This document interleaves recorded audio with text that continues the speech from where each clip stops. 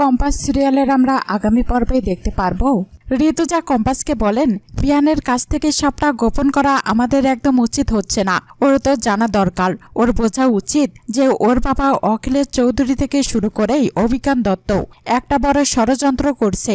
আর সেই ষড়যন্ত্রের জন্য আমাদের পরিবার, আমাদের বিজনেসের কি পরিণতি হতে পারেই সেটা ওর বোঝা উচিত।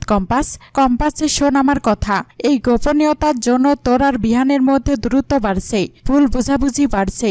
আচ্ছা, তুই যে এত বড় একটা কাজ করছিস তোর বাবাকে খোঁজার জন্য, এ সমস্ত খারাপ মানুষগুলোকে ফেস করতে বাধ্য হচ্ছিস, সেটা বিহান জানবে না?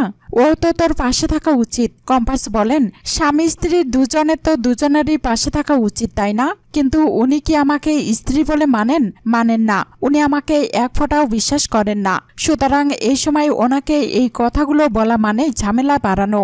আমার এখন উচিত এই গবেষণাটাকে সম্পূর্ণভাবে শেষ করা, তাহলেই ওরা আমার বাবাকে সামনে আনবেই। আর বাবাকে সামনে আনলেই আমরা আমাদের আসল পরিকল্পনাটা বাস্তবায়িত করতে পারবো। ঋতুজা বলেন, আর তোর কি মনে হয় আসল পরিকল্পনা বাস্তবায়ন করতে বিহানকে তোর দরকার পড়বে না?